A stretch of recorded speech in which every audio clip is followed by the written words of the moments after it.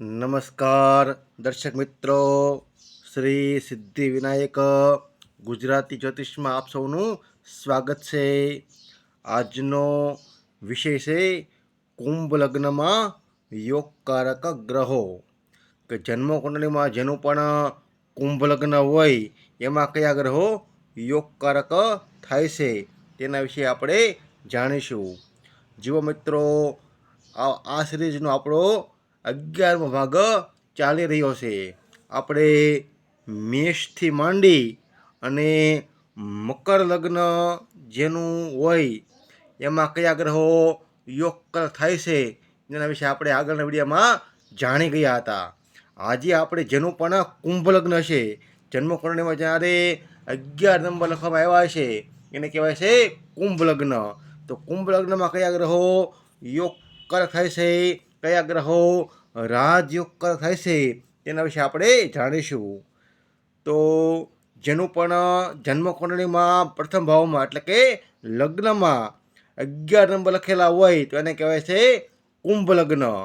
11મી રાશિ છે એને કુંભ રાશિ કહેવામાં આવે છે. એના અધિપતિ બને છે શનિદેવ. શનિદેવ છે અહીંયા સ્વયં લગ્નેશ બને છે. અને શનિની બીજી એક રાશિ આવે છે 12મા ભાવમાં મકર રાશિ. એના અધિપતિ પણ બને છે શનિદેવ. જુઓ મિત્રો, જ્યોતિષની એક કમાલ છે કે જે ગ્રહ લગ્નેશ બને છે એ ગ્રહ પાછો વ્યય ભાવના એટલે કે વ્યયેશ પણ બને છે. તો જન્મકુંડળીમાં શનિદેવ લગ્નેશ પણ બને છે અને ત્રિકેશ પણ બને છે. કારણ કે આ વારો ભાવ છે એ ત્રિક ભાવ છે, માટે શનિદેવ અહીંયા ત્રિકેશ પણ બને છે. પરંતુ જન્મકુંડળીમાં એની મૂળ ત્રિકોણ રાશિ છે એ લગ્નમાં આવે છે, માટે શનિદેવ અહીંયા યોગકારક થાય છે. અને લગ્નેશ પણ હંમેશા શુભ માનવામાં આવે છે, માટે જેનું પણ કુંભ લગ્ન હોય ને એના માટે શનિદેવ છે એક યોગકારક ગ્રહ થાય છે.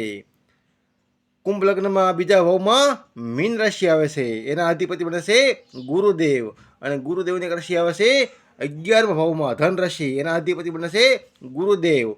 તો ગુરુદેવ છે અહીંયા માર્કેશ પણ બને છે અને ત્રિશળા ભાવના અધિપતિ પણ બને છે.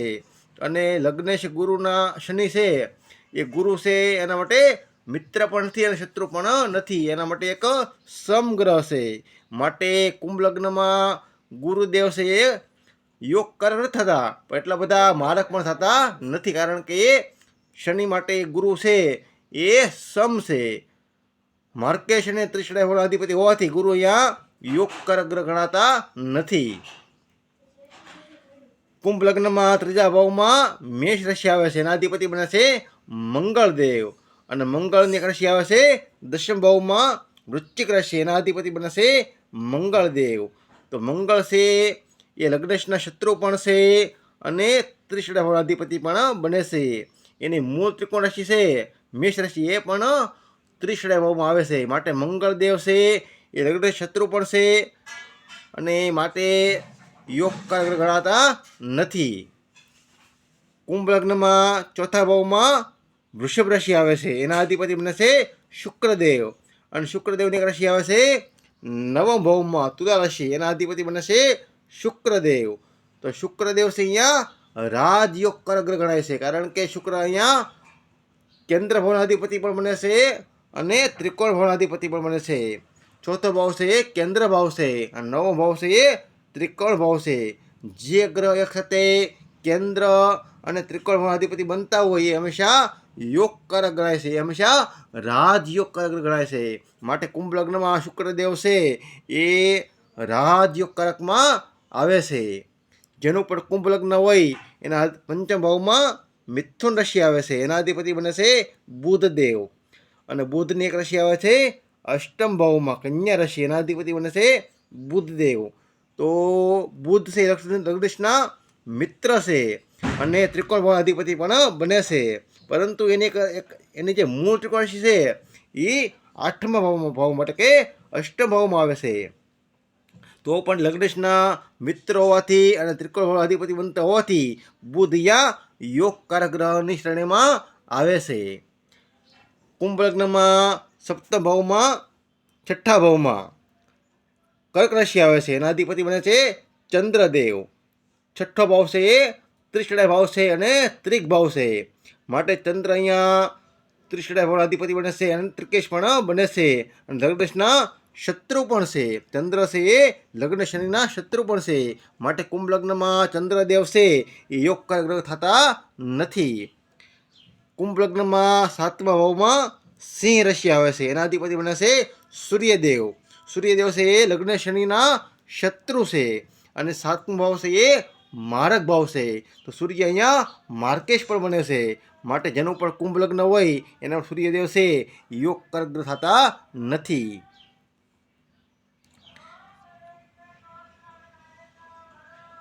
જેનું પણ કુંભ લગ્ન હોય એના માટે કયા રત્ન ધારણ કરવા જોઈએ, કયા યંત્રો પહેરવા જોઈએ તેના વિશે આપણે જાણીશું.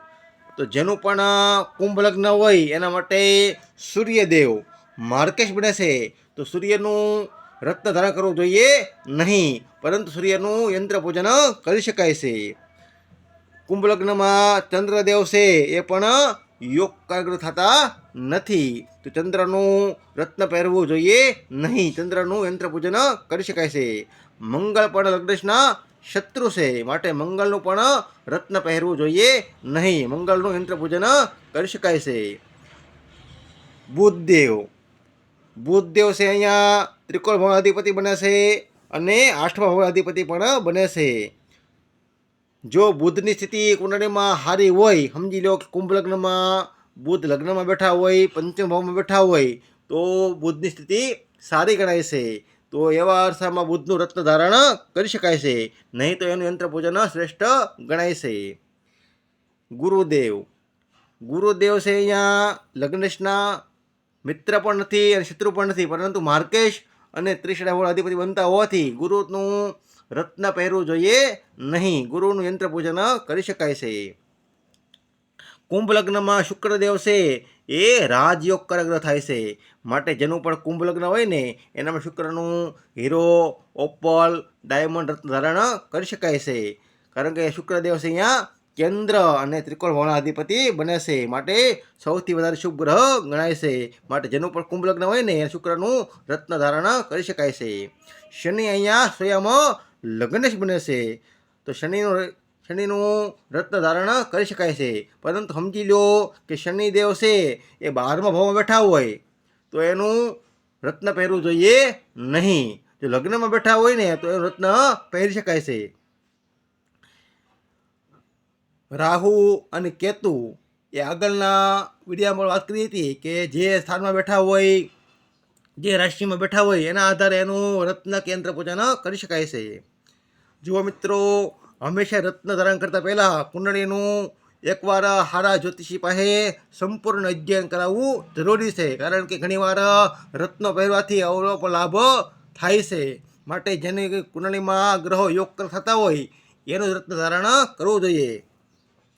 નહીં તો જેમ ઘણીવાર દવા ઉલટી લેવાથી રિએક્શન પણ આવે છે, એવું પણ રત્નમાં થઈ શકે છે. અવળું રત્ન ધારણ કરાઈ ગયું હોય, એ આપણા માટે સૂટ ન થતું હોય જેનું પણ જન્મકુંડળીના આધારે, તો એ રિએક્શન પણ એનાથી આવે છે. આજે આપણે જાણ્યું કે કુંભ લગ્નમાં કયા ગ્રહો યોગકારક થતા હતા. આપણે આગળના વિડીયોમાં આ સિરીઝનો છેલ્લો ભાગ, એટલે કે જેની પણ કુંડળીમાં મીન લગ્ન હશે એમાં કયા ગ્રહો યોગકારક થાય છે એના વિશે આપણે આગળ વિડીયોમાં જાણીશું. તે માટે મારી શ્રી સિદ્ધિ વિનાયક ગુજરાતી જ્યોતિષ ચેનલને સબસ્ક્રાઈબ કરી શકો છો અને કુંડળી માટે આ નંબર પર કોન્ટેક કરી શકો છો. મિત્રો, વિડીયો પસંદ આવે તો લાઈક કરો, શેર કરો અને ચેનલને સબસ્ક્રાઈબ કરો. નમસ્કાર દર્શક મિત્રો.